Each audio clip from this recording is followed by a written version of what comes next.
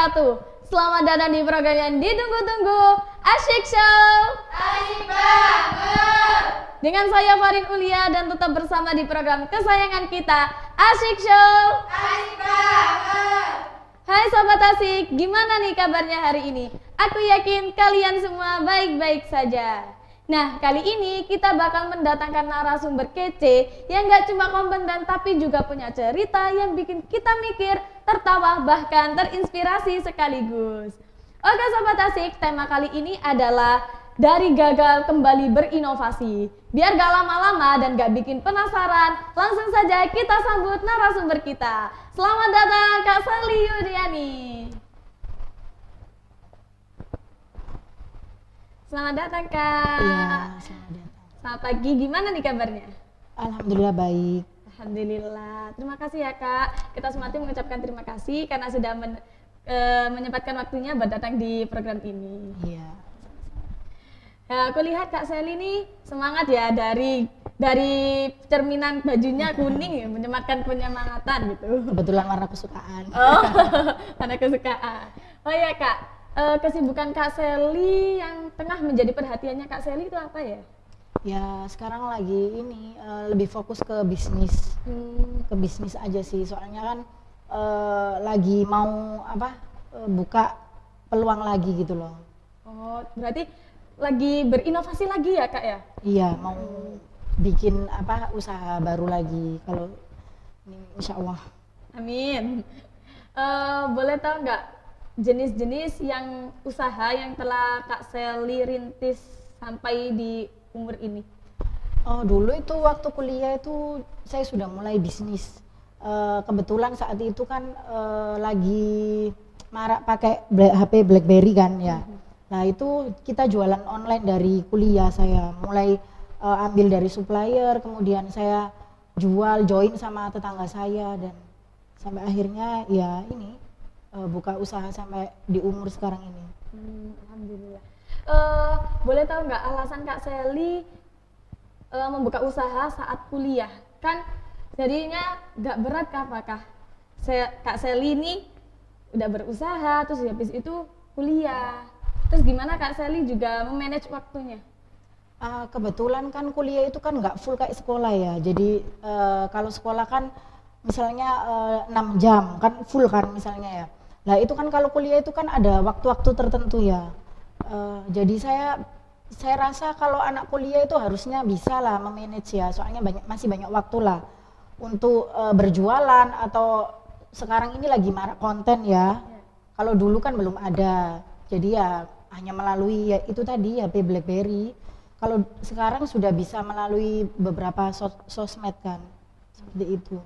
Oke, berarti nggak menutup kemungkinan kalau kita mau belajar, kalau kita berpendidikan, kita tuh tidak apa-apa meluangkan waktu kita untuk berusaha, untuk berinovasi, untuk tetap berkreatif gitu. Iya, Pak? harus itu ya. Oke guys, saatnya kita beralih ke segmen kedua. Jangan kemana-mana, tetap bersama kami di program Asyik Show. Asyik banget.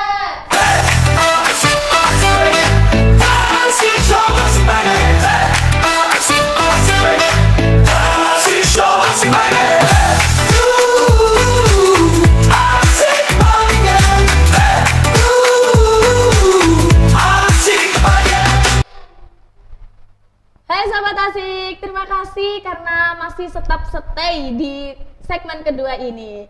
Oke, di segmen pertama kita sudah mengenal Kak Sally dan gimana awal mula Kak Sally merintis jenis-jenis usahanya.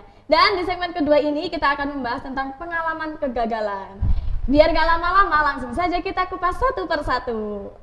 Oke Kak, by the way, Kak Sally kan tadi bilang jenis-jenis usaha Kak Sally itu merintis pertamanya adalah di saat kuliah. Iya. Terus pernah nggak Kak Sally mengalami kegagalan?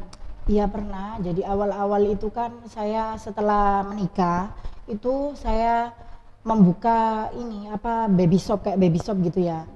Dan kemudian saya nggak handle saat berkarir juga. Jadi saya kerja juga di sebuah perusahaan dan juga membuka usaha toko di rumah. Nah itu karena saya nggak bisa maksimal ya. Jadi dan jualan baju itu kan sekarang itu lebih cepat lewat online ya. Nah itu saya keteteran untuk menghandle ya, karena saya punya beberapa usaha juga. Jadi nggak bisa fokus gitu loh Mbak, ke satu usaha itu. Karena kalau baju itu kan harus melalui online dan offline. Kebetulan saya hanya offline saat itu, belum bisa maksimal di online. Makanya saya menyerah.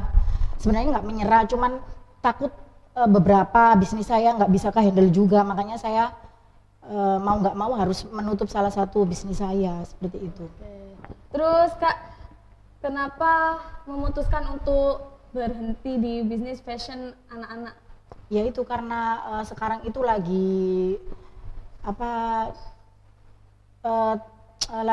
cepat ya, jadi cepat untuk jualan lewat online daripada offline, jadi harus lebih maksimal dari segi waktu dan harus banyak berkreasi juga di dalam promosi kan. Nah makanya itu saya kurang waktunya untuk menghandle di bisnis ini. Jadi saya lebih memilih di bisnis saya lainnya seperti itu. Oke. Terus apakah Kak Sally percaya bahwa setelah Kak Sally mengorbankan salah satu bisnis Kak Sally itu bisa meng-hire semuanya? Percaya ya, karena sebuah bisnis itu kan kalau kita tekuni dengan baik sebenarnya itu bisa berkembang. Yang namanya jatuh itu pasti, tapi kan tetap kalau kita berpikir positif, insya Allah masih bisa lah. Seperti itu. Berarti kita tuh boleh kalah asal nggak boleh menyerah Kak ya. Ya jadi harus itu. Tetap berinovasi. Kalau kita mau sukses, kita mau apapun kita harus punya plan-plan yang banyak. Ya iya seperti itu. Oke. Terus alasan Kak Sally ada nggak Kak brand-brand lain yang Kak Sally usahakan? Iya ini sekarang lagi di bidang kuliner ya. Jadi saya punya outlet es dan juga puding ini yang saya namakan es kekinian dan lebih dikenal masyarakat itu Besti seperti itu. Dan ada puding kekinian itu kayak hampers atau buat acara ulang tahun dan juga acara lamaran atau pernikahan seperti itu. Oke. Alasan Kak Sally menamai teh itu dengan teh Besti itu apa ya Kak? Besti itu kan nama gaulnya dari best friend ya. Yeah. Jadi saya berharap saya itu bisa dikenal dan bisa orang itu lebih lebih mengenal lagi produk saya dan dekat gitu loh seperti itu. Biar kayak oh ini Besti jadi selalu dikenang lah. Jadi gampang mengingat dan gampang dikenal seperti itu. Oke. Kak Sally ini kan bikin bisnis di bidang kuliner minuman teh Besti. Pertama Kak Sally buka gerai teh Besti itu di mana? Sebenarnya dulu itu di rumah. Lah itu berbagai macam sih minumannya, nggak hanya teh seperti itu. Kemudian saya resign kerja dan mau fokus ke usaha saya, makanya saya buka beberapa outlet di sekitar rumah seperti itu. Oke. Ketika kita mau melangkah, ketika kita mau membuka bisnis, ada yang namanya pesaing Kak. Nah terus gimana Kak Sally ini tetap teguh untuk membangun bisnis Kak Sally, untuk terus meng-hire bisnisnya Kak Sally?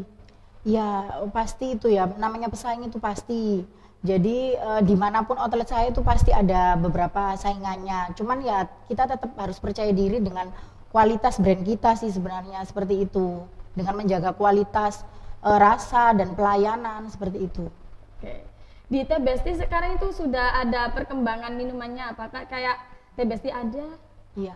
Mulai dari boba juga, boba varian boba dan beberapa es spesial kayak besodor, lemon squash seperti itu sama mojito kan. Es dari Thailand seperti itu. Terinspirasi dari apa itu Pak? Sebenarnya dulu itu iseng awalnya ya, jadi lagi usaha buka apa lagi gitu yang bisa dijual di rumah yang dekat dengan toko saya seperti itu, dan kemudian tercetuslah usaha minuman yang satu lokasi dengan usaha saya sebelumnya gitu. Oke guys, saatnya kita beralih ke segmen ketiga. Jangan kemana-mana karena di segmen ketiga ini kita akan membahas lebih dalam lagi dan tentunya spektakuler. Hanya di program kesayangan kita, Asyik Show. Asik banget. Asik Show. Hai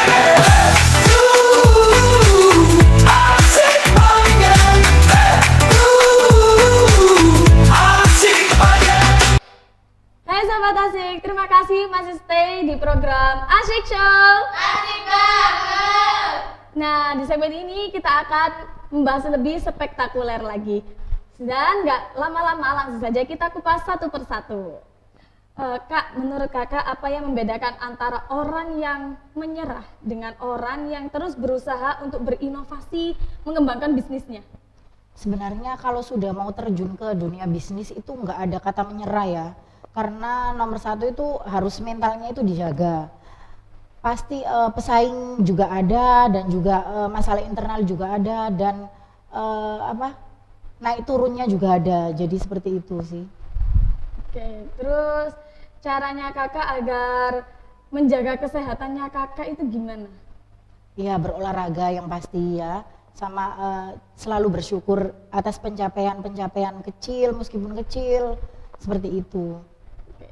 Apakah Kak Sally pernah mengalami penurunan drastis di saat merintis bisnis?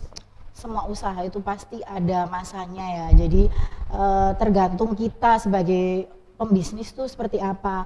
Kalau misalnya kita gampang putus asa ya, kita akan mengalami kegagalan itu berkali-kali gitu. Tapi kalau kita tetap menjaga kualitas, berinovasi ya insya Allah pasti bisnis itu akan sedikit demi sedikit berkembang. Oke, jadi dari kegagalan kita tuh harus belajar dari kegagalan gitu Kak ya? Iya benar. Oke, terus langkah konkret atau strategi apa yang Kak Sally bangun saat Kak Sally di titik penurunan drastis?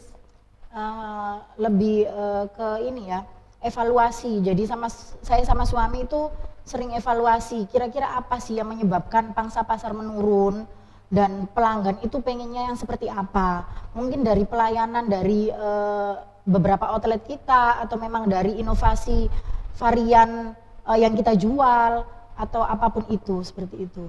Oh berarti meriset ulang Kak ya, Iya. antara pasar dan juga marketing, Iya. juga pelanggan juga. Iya, nomor satu itu sih.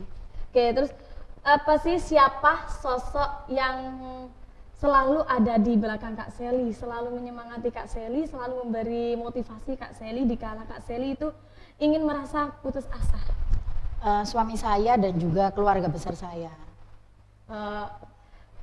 Suami Kak Sally. Iya, Berarti Kak Sally ini udah berkeluarga. iya udah. Oh, menjadi rumah tangga. Iya. Jadi kita kan bisnis berdua ya. Jadi ya sama-sama saling menguatkan seperti itu. Oke, menurut Kak Sally, hal apa yang paling penting dalam berwirausaha di kalangan Gen Z seperti ini? Sebenarnya kalau Gen Z itu lebih gampang di konten kreator ya saat ini ya, kalau menurut saya ya.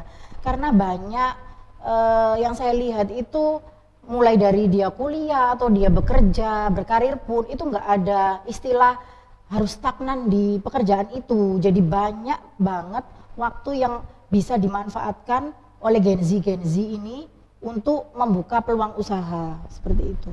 Oke, jadi kalau seumpama kita mau sukses, kita berarti tapi kita nggak mau diatur orang. Iya. Jadi kita nggak mau kita harus bikin usaha sendiri. Iya benar banget. Jadi harus punya usaha sendiri. Meskipun kita berkarir yang seperti saya bilang tadi itu kalau bisa ada pemasukan dari usaha kita sendiri, kenapa enggak? Soalnya saya dari dulu itu awal-awal kerja juga punya usaha sampingan juga gitu loh. Enggak dari satu pemasukan aja seperti itu. Oke. Terus gimana Kak Sally memberi motivasi kepada kalangan Gen Z ketika dia sudah mulai berwirausaha, tapi ternyata di tengah-tengah usaha itu dia males, dia putus asa kenapa? Karena tidak ada orang yang menyemangati dia. Sebenarnya kalau kita menunggu semangat dari orang lain itu kok kayaknya kayak gimana ya? Soalnya kalau saya pribadi sih selama ini dari niat kita sendiri aja sih. Kalau misalnya kita sudah berniat untuk membuka usaha meskipun kecil-kecilan, ya oke gitu loh, nggak harus menunggu support dari orang sekitar. nanti kalau sudah berjalan ya nanti orang juga insya Allah bakal support kita sih, menurut saya seperti itu. Oke. Terus ada nggak sih Kak nasihat atau pesan ataupun motivasi untuk pemirsa ini apalagi di kalangan Gen Z agar dia itu menciptakan peluang dari sebuah brand itu? Sebenarnya kalau menurut pesan saya sih, kegagalan itu bukanlah sebuah akhir ya, karena setelah kegagalan itu percaya kalau untuk selanjutnya itu bisa buat pegangan untuk bisnis selanjutnya. Dan semoga kalau kita sudah terjun ke dunia bisnis berarti kita itu harus siap mental dan siap semuanya seperti itu. Oke, Kak tadi kan Kak Seli bilang bahwasanya Kak Seli itu bisnis di brand kuliner, nggak cuma minuman tapi juga makanan. Lalu di bisnis puding itu Kak Seli gimana cara mempromosikannya? Saya itu melalui sosial media ya. Jadi melalui sosial media saya promosikan. Pertama itu ya mulai namanya bisnis kan dari nol ya. Jadi dari mulut ke mulut dan kualitas rasa juga saya selalu menjaga ya. Jadi banyak yang cocok, alhamdulillah seperti itu. Oke. Jadi setiap usaha itu pasti ada yang namanya resep rahasia Kak ya? Iya benar. Oke, terima kasih guys karena sudah melihat, mendengar dan juga menyimak sampai akhir. Jangan kemana-mana, tetap di Asyik Show. Asik banget. Saya Farid Ulia, pamit undur diri. Wassalamualaikum warahmatullahi wabarakatuh. Until next time.